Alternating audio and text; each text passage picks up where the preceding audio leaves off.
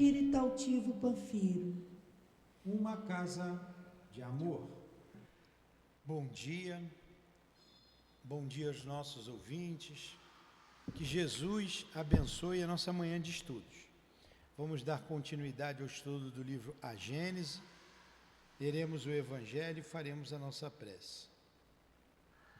Instruções dos Espíritos. Item 2 do capítulo 20, os trabalhadores da última hora. Os últimos serão os primeiros. O trabalhador da última hora tem direito ao salário, mas é preciso que sua boa vontade o tenha conservado à disposição do Senhor, que devia empregá-lo, e que esse atraso não seja fruto da sua preguiça ou da sua má vontade. Ele tem o direito ao salário, porque desde o alvorecer esperava impacientemente aquele que por fim o chamaria para o trabalho. Ele era trabalhador, faltava-lhe apenas o trabalho. Se, porém, houvesse se recusado a trabalhar a qualquer hora do dia, se houvesse dito, tenhamos paciência, o repouso me é agradável, quando a última hora soar, será o momento de pensar no salário do dia? Que necessidade tem de me incomodar por um patrão que não conheço e não estimo? Quanto mais tarde melhor. Esse, meus amigos, não teria recebido o salário do obreiro, mas o da preguiça. Que acontecerá então com aquele que, em lugar de ficar apenas na inatividade, tivesse empregado as horas destinadas ao trabalho do dia em cometer atos culposos? Que haja blasfemado contra Deus, derramado o sangue de seus irmãos, lançado confusão no meio das famílias, arruinado homens confiantes, abusado da inocência, que tenha, enfim, praticado todas as ignomínias da humanidade. Que será dele? Será suficiente que diga na última hora, Senhor, utilizei mal o meu tempo, emprega-me até o final do dia, para que eu faça um pouco, bem pouco, da minha tarefa, e dá-me o salário do trabalhador da boa vontade. Não.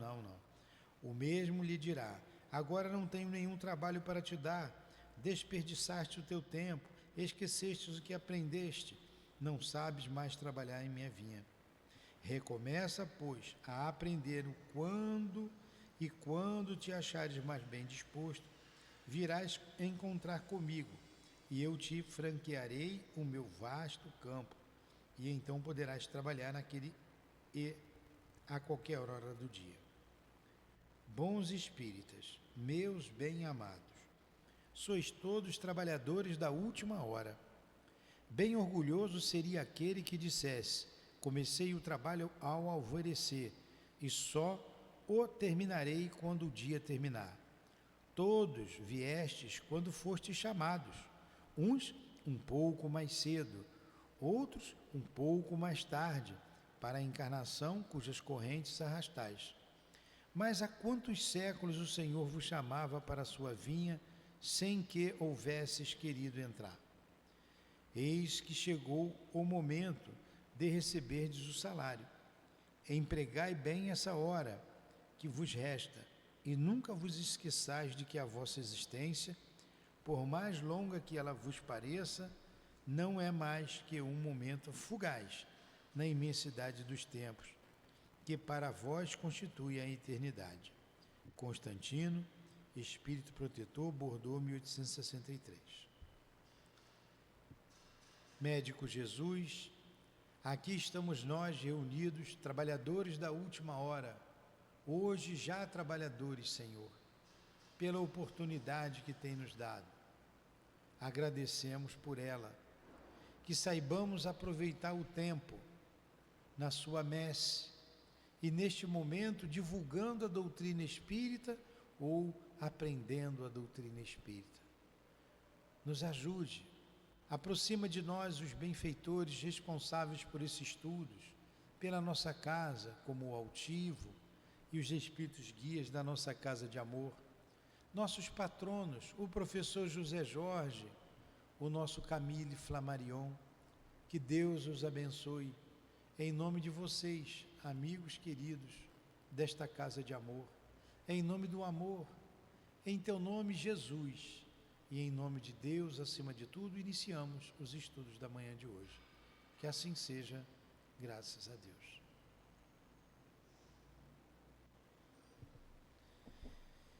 Então vamos lá. Que o José Jorge, o Camilo, Flamarion nos inspire, né? Esse é um estudo técnico, não é um estudo simples. Vamos lá. Estado primitivo do globo. Então nós estamos aqui no capítulo 7 agora, estudando a Gênese. O capítulo 7 tem como título Esboço geológico da Terra e como subtítulo Estado primitivo do globo. Número 15. O achatamento dos polos e outros fatos concludentes são indícios certos de que a Terra, na sua origem, devia estar em um estado de fluidez ou pastoso. Esse estado seria devido ao fato de a matéria encontrar-se liquefeita pela elevada temperatura ou diluída pela água. Então, o que ele está colocando aqui, né? Que pelo formato da Terra, porque ela é chata em cima, ela não é uma bola redondinha, né? Ela é meio achatada, né? Então, ela devia, com os movimentos rotatórios, de rotação, de translação, os diversos movimentos, e para aquilo acontecer, ela devia estar num estado gelatinoso ou fluido, né? Quando se desprendeu da grande massa. Diz o provérbio: não há fumaça sem fogo. Este ditado, rigorosamente correto, é uma aplicação do princípio: não há efeito sem causa. Da mesma forma, pode-se dizer: não há fogo sem um foco. Ora, pelos fatos que podemos observar, não é apenas fumaça que se produz, mas fogo bem real, que deve ter um foco. Esse foco vindo do interior do planeta e não do alto. O foco deve estar no interior e como o fogo é permanente, o foco também deve ser permanente. Então, dentro do globo terrestre há uma massa incandescente, né? Há uma massa. Os vulcões mostram isso. Com a larva, quando sai, ela sai queimando. Então, há o foco, como ele colocou aqui. O calor que aumenta à medida que se penetra no interior da Terra e que, a uma certa distância da superfície, atinge uma elevada temperatura, as fontes termais, tanto mais quentes quanto maior a profundidade de onde vem, as chamas e as lavas incandescentes que escapam dos vulcões, como por vastos respiradouros ou pelas crateras abertas pelos terremotos, não deixam dúvida sobre a existência de um calor interno.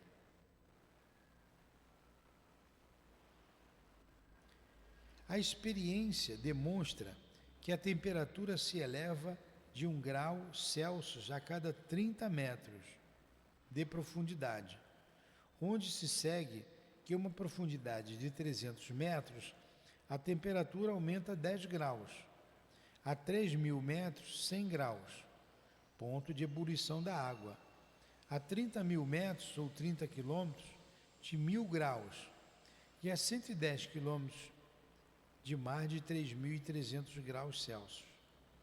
Temperatura superior ao ponto de fusão de qualquer matéria conhecida. Deste ponto ao centro da Terra, ainda temos 6.000 quilômetros, ou 12.000 quilômetros de diâmetro, espaço que seria ocupado pelas matérias fundidas. Embora isto seja apenas uma teoria, avaliando-se a causa através dos efeitos, ela tem todas as características da probabilidade, permitindo concluir que a Terra ainda é uma massa incandescente, recoberta de uma crosta sólida de no máximo 100 quilômetros de espessura, o que representa apenas a 1/20ª parte do seu diâmetro. Proporcionalmente, isto seria muito menos do que a espessura da mais fina casca de uma laranja. Por outro lado, a espessura da crosta terrestre é muito variável, uma vez que há regiões, principalmente em áreas de atividade vulcânica, onde o calor e a maleabilidade do solo indicam que essa espessura não é muito grande. A alta temperatura das águas termais é igualmente um indício da proximidade do fogo central. Assim sendo, torna-se evidente que o estado primitivo de fluidez ou pastoso da Terra deve ter tido como causa a ação do calor e não a da água. A Terra, na sua origem, era uma massa incandescente. Em virtude da perda de calor por irradiação, aconteceu o que ocorre com qualquer matéria em fusão. Ela esfriou pouco a pouco e o resfriamento naturalmente começou pela superfície, que endureceu, ao passo que o interior se conservou fluido. Pode-se assim comparar a Terra a um pedaço de carvão que sai em brasa da fornalha, cuja superfície se apaga e se esfria ao contato com o ar, enquanto o seu interior se mantém em brasa, conforme se verifica se o quebrarmos. À época em que o globo terrestre era uma massa incandescente, ele não continha nem mais nem menos átomos do que possui hoje. Apenas em função das elevadas temperaturas, a maior parte das substâncias que o compõem e que vemos sob a forma de líquidos, sólidos, terras, pedras, metais e cristais, se achavam em estado muito diferente. Elas simplesmente passaram por uma transformação. Como consequência do resfriamento e das misturas, os diversos elementos formaram novas combinações. O ar, consideravelmente dilatado, devia se estender a uma incomensurável distância. Toda a água, forçosamente reduzida a vapor, estava misturada com o ar. Todas as matérias suscetíveis de se valorizarem, tais como os metais, o enxofre e o carbono, ali se encontravam em estado gasoso. O aspecto da atmosfera não tinha, portanto, nada de comparável com o que vemos hoje. A densidade de todos esses vapores dava-lhe uma opacidade que impedia a penetração dos raios do sol. Se à época um ser vivo pudesse existir na superfície do planeta, seria iluminado pelo brilho sinistro da fornalha colocada sob seus pés e da atmosfera esbraseada. Então vamos lá. Ele está dizendo aqui que a Terra era uma massa incandescente, né? E o seu núcleo continua quente, ele vem esfriando de fora para dentro. É como um mingau. Tira o mingau da fornalha, né? Ele continua por alguns instantes borbulhando ainda no prato, né? Tira ali da panela e a gente espera um pouquinho, vai comendo pelas beiradas. Se meter a colher no meio, vai queimar a língua. Como dizia um amigo meu, mingau se come pelas beiradas, vai devagar. E o que a gente faz ainda quando está muito quente? Pega a colher de mingau, dá uma sopradinha, né? Para ele esfriar e come. Assim aconteceu com a Terra, com os movimentos, o ar frio foi esfriando de fora para dentro, né, da casquinha. Isso criou uma casca, que na Terra ele disse que essa casca aqui, na época, o Kardec colocou, de 120 quilômetros, da superfície para o interior, uma casca dura. E ela vem se esfriando, mas no núcleo ainda é quente, ainda é calor. Tanto é que a gente vê o vulcão, como nós já falamos, né? Ele colocou aqui, aquelas águas térmicas, né? Que vem água quentinha do fundo, significa que há calor ainda, há calor. Mas no início, isso tudo estava misturado em altas temperaturas. À medida que foi se esfriando, foram formando as rochas, os diversos minerais, os elementos químicos foram se juntando, os átomos se juntando, formando as moléculas formando os corpos. Aí vai surgindo em cada época os seres vivos. Por último vem os seres vivos, unicelulares, que são as mônadas, até aparecer os vegetais, os animais, aqueles animais gigantescos, e por último vem o homem, que quando o homem, através da geologia, da antropologia, estuda a Terra, ele vai vendo esses períodos, ele dividiu em que período aproximado apareceu cada ser aqui na Terra, a formação das rochas, até a formação dos seres vivos. Então, basicamente foi isso que a gente viu aqui. Aí ele vai entrar nesses períodos agora. Período primário, depois do período primário, o período de transição, depois nós vamos ver o período, isso tudo a ciência traz para a gente hoje, né? O período secundário, tem uns nomes aqui esquisitos, né? Período terciário, e dentro desses períodos, período diluviano, a gente vai vendo cada período desse. E Kardec colocou aqui na folha de rosto as eras e esses períodos. Então, antes da gente entrar no período primário, tem aqui uma página que ele coloca as eras, né, que a ciência dividiu isso, a geologia. A geologia estuda os solos, né? Eu não sei falar muito sobre geologia, sobre antropologia, não sei. Mas o que eu sei é que você corta lá uma fatia do bolo e você sabe quais são os cremes de que o bolo foi feito, creme que cobre o recheio é de doce de leite, é de ameixa, só cortando o bolo para ver. O bolo vem coberto lá de um açúcar e você não sabe o que tem dentro. Quando você corta, você vê as camadas do bolo. Então a geologia vem cortando as camadas da Terra, estudando, chegando a essas conclusões, né? A cada tempo que passa, ela vai se aprimorando.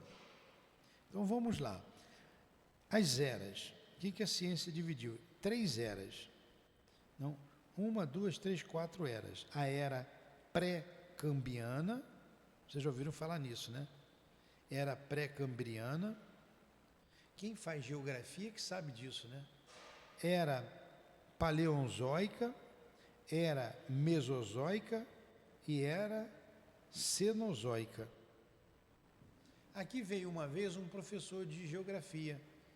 Eu fiquei feliz que ele veio aqui. Falei, você vai dar essa aula para gente. Ele disse, esses nomes são fáceis de guardar. Falei, caramba. É que ele dava aula sempre disso. Então dividimos em 4 eras, certo? Pré-cambriana, paleozoica, mesozoica, cenozoica.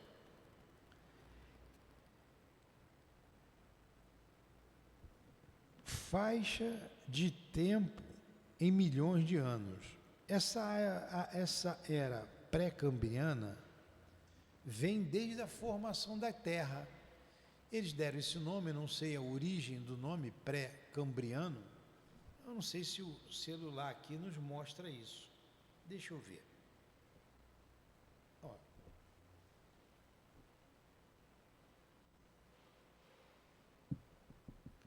Vamos lá. Qual a origem do nome pré-cambriana? O termo pré-cambriano refere-se ao período de tempo que antecedeu ao cambriano,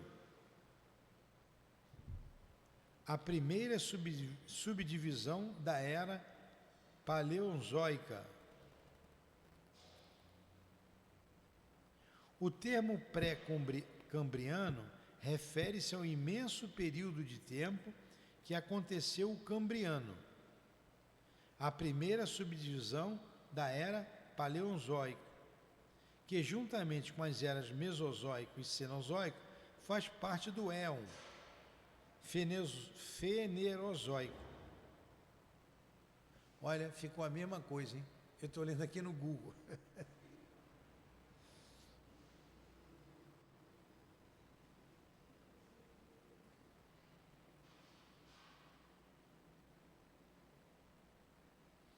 Ó, nos terrenos antigos ou pré-cambriano, as rochas componentes são mais velhas que 541 milhões de anos.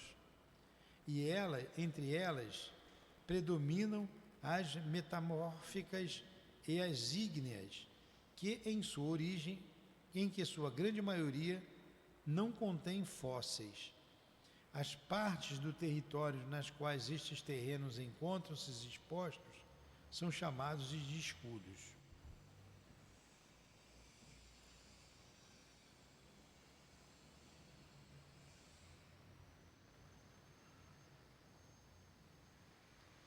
Quanto mais eu pesquiso aqui, mais eu não entendo. Mas o que eu queria, eu achei. O que é cambriano, né? Ó, o nome cambriano vem de Câmbria. Entendeu agora? O nome cambriano vem de Câmbria, que é a latinização de Cinro, o nome pelo qual os povos antigos que habitavam o país de Gales chamavam suas terras, onde foram encontrados os primeiros estratos rochosos deste período. Então já sabemos a origem do nome. Os antigos que habitavam ali o país de Gales, que fica lá na Europa, deram o nome às suas terras. Então vem de lá. Pré-cambriano, que é o que vem antes. E ele colocou aqui, da formação da Terra, 4,5 milhões a 550 milhões de anos. Então, a ciência calcula que a Terra foi criada há 5,6 milhões de anos. Quer ver? Vou botar aqui no Google. Depois eu vou ler aquilo ali direto, que a gente também são termos técnicos, mas só para a gente ter uma ideia de como a ciência hoje sabe, tem conhecimento do desenvolvimento aqui no globo terrestre. A Terra não pode ter sido criada em 6 dias, só isso.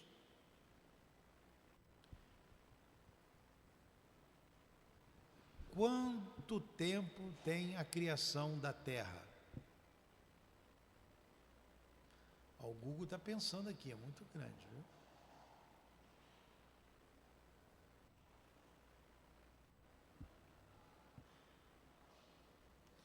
Acho que são 4,5 milhões de anos.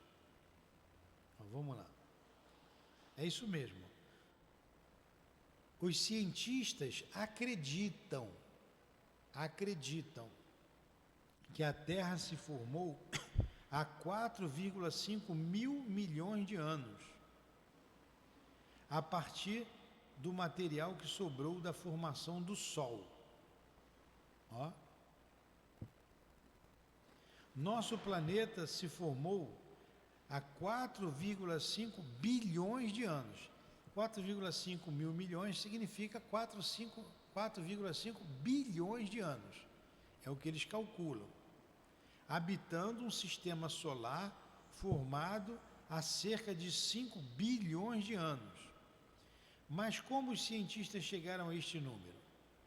Nossa casa no universo é um dos 4 planetas rochosos no sistema solar e o único que conhecemos até hoje que abriga a existência da vida. Então, são cálculos que não são cálculos exatos. Não são cálculos exatos. Eles calculam cerca de 4,5 bilhões de anos a formação da Terra.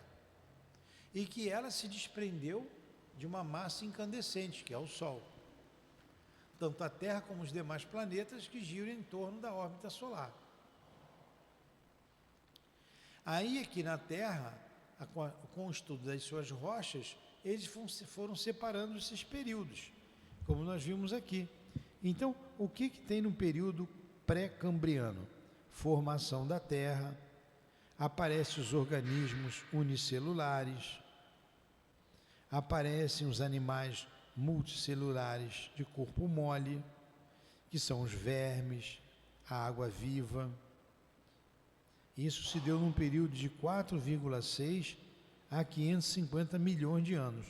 Quer dizer, a Terra, eles calculam que ela foi criada, ela surgiu há 4,5 bilhões de anos, num período de 4.600 milhões de anos, quer dizer, bem depois, é que começa ali a aparecer os seres unicelulares, como algas e algas azuis, as algas azuis.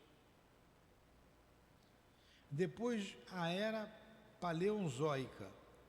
A Era Paleozoica compreende o período Cambriano, Ordoviciano, Silutano, Devolano, Carbonífero, Parmífero. Não é para guardar esses nomes, não. Isso aqui, a ciência foi dividida e divide em períodos, ó. 560 mil anos, de 560 a 500 anos, 500 mil anos. Cada período desse vem aparecendo. Você entra na Era Mesozoica, que começa a aparecer os mixossauros, já é 248 milhões de anos atrás.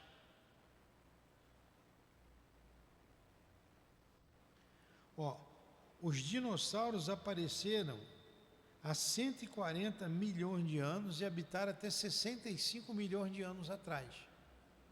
Os dinossauros. Ó, lembra da formação, 4,5 bilhões de anos. Os dinossauros apareceram há 144 milhões de anos, sumiram há 65 milhões de anos.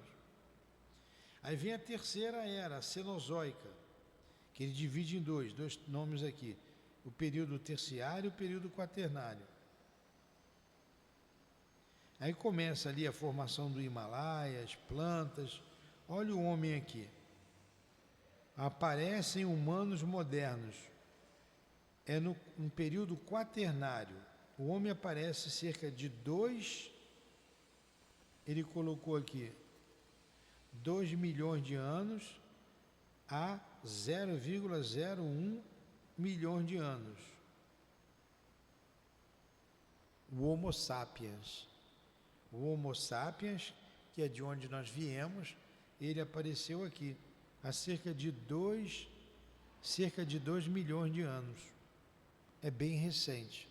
São os cálculos da ciência, o que está aqui, né?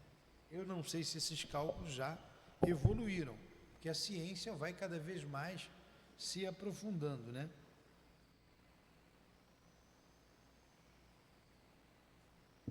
Deixa eu ver se tem alguma referência aqui do autor.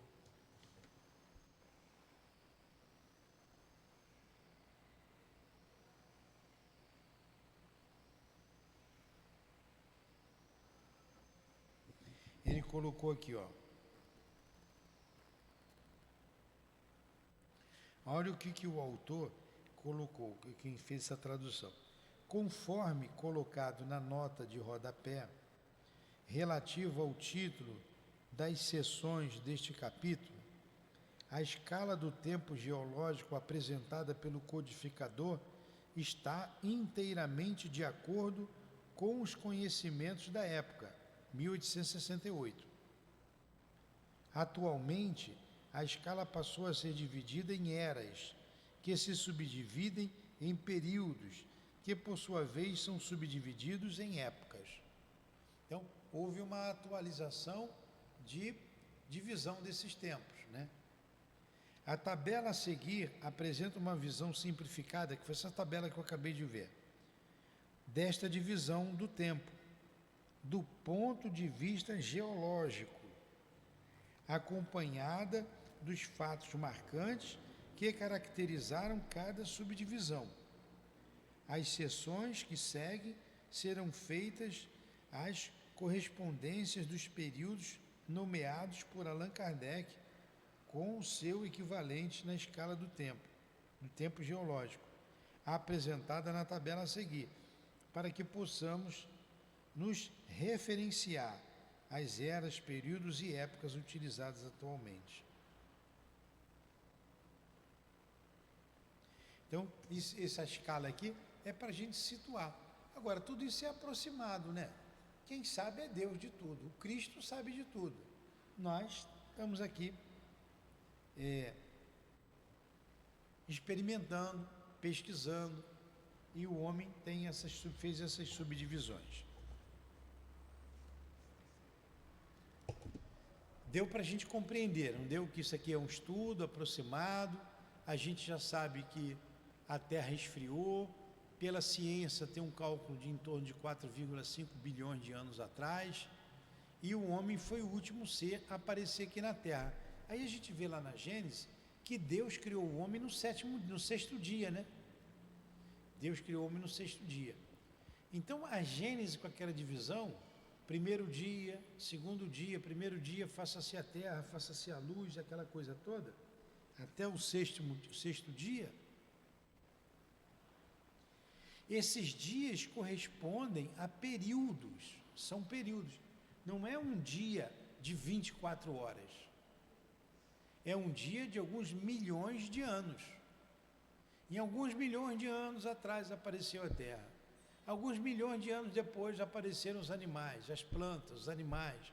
Alguns milhões de anos depois, e assim vem sendo, até chegar o homem. Entenderam isso? Vamos lá. Ele vai falar agora do período primário. Kardec vai falar do período primário.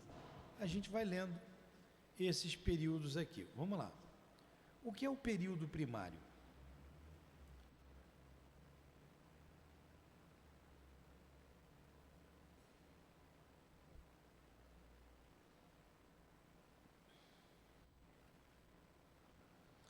A primeira consequência do resfriamento foi solidificar a superfície exterior da massa em fusão. É o mingau que a gente falou. É um mingau.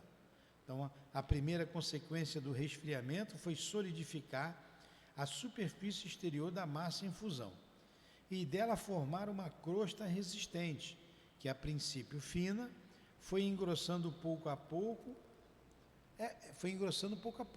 O mingau fica assim, ele vai esfriando, vai engrossando, vai criando uma pelezinha, não é?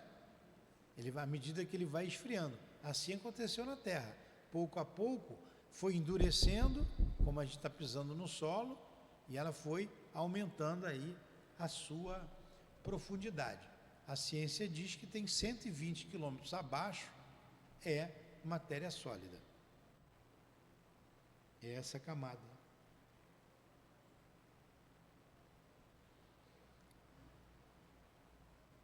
Essa crosta constitui a pedra chamada granito de extrema dureza, assim denominada pelo seu aspecto granuloso. Nela se distinguem 3 substâncias principais: o feldespato, o quartzo ou cristal de rocha e a mica. Esta última apresenta um brilho metálico, embora não seja um metal. Então está dizendo os metais que compõem a Terra ali no seu resfriamento.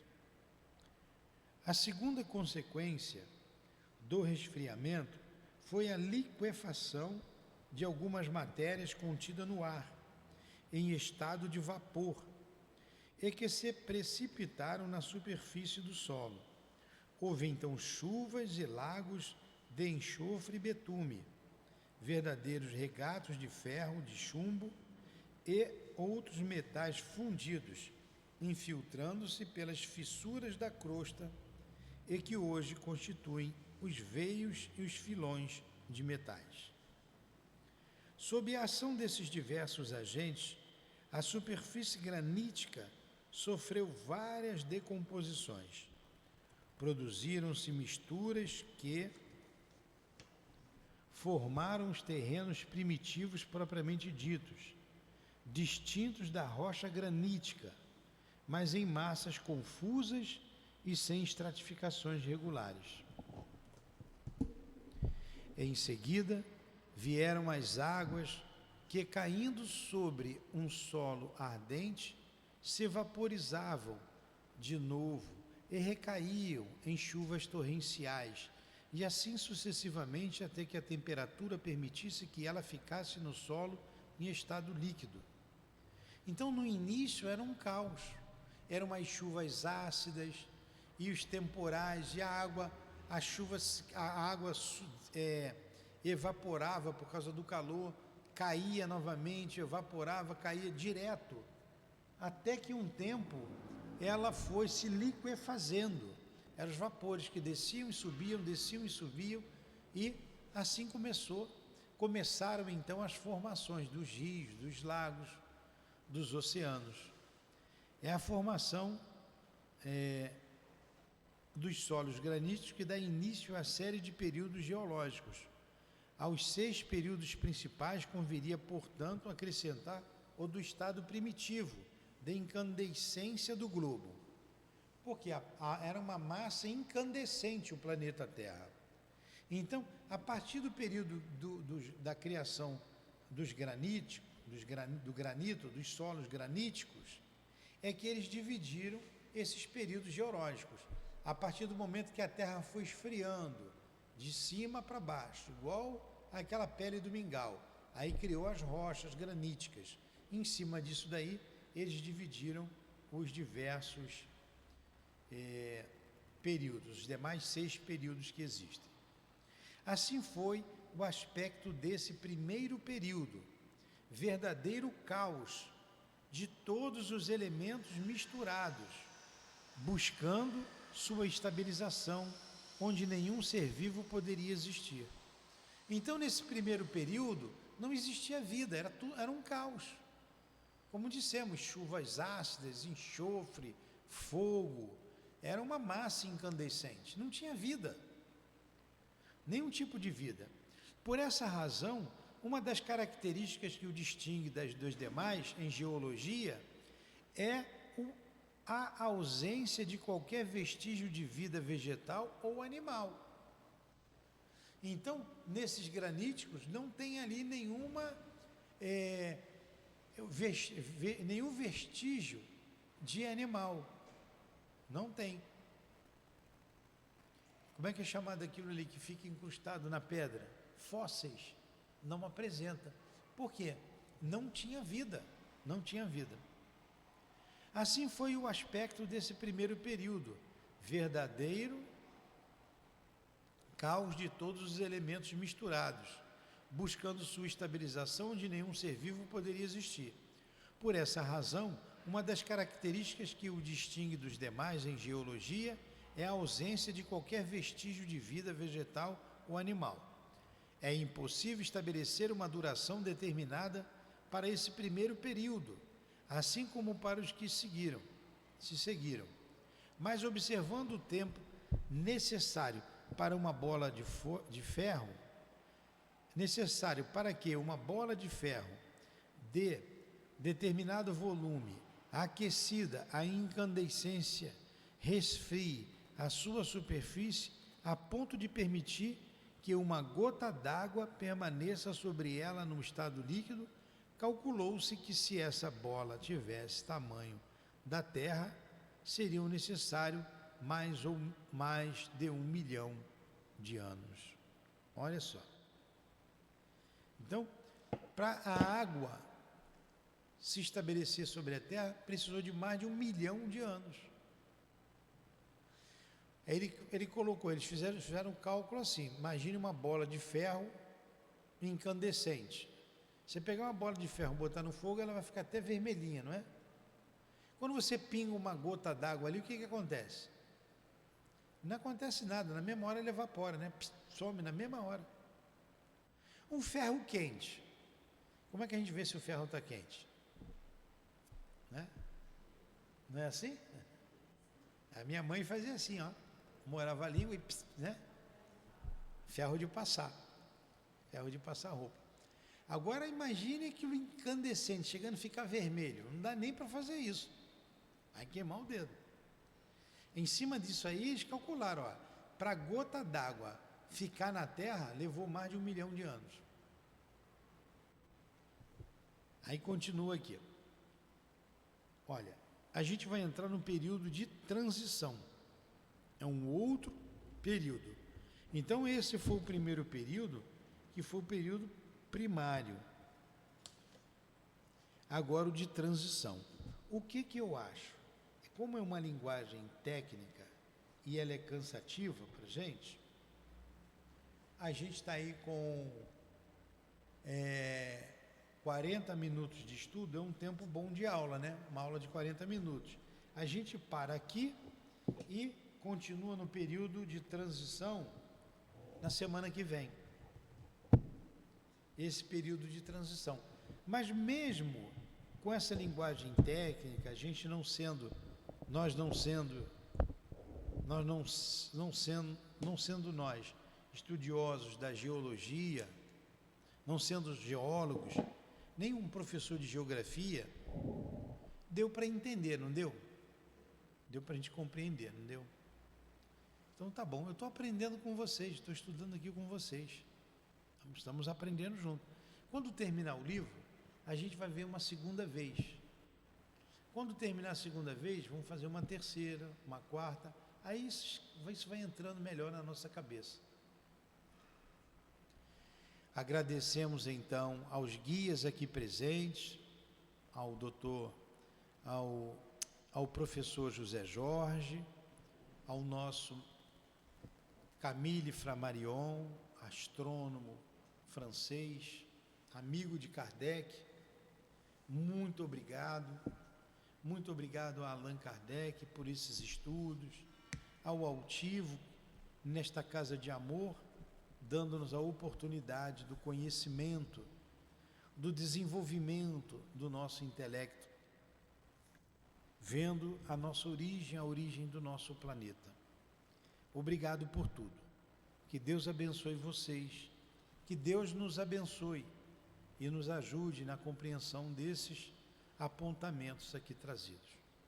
Em nome então desses espíritos amigos, da direção espiritual do SEAP, do nosso Altivo, em nome do amor que vibra nesta casa, em nome do nosso amor, Lourdinha, do teu amor, Jesus, e do amor de Deus, acima de tudo, Deus nosso Pai, encerramos os estudos em torno do livro A Gênese, da manhã de hoje. Que assim seja.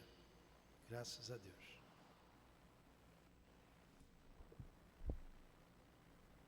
SEAP, Centro Espírita Altivo Panfiro. Uma casa de amor.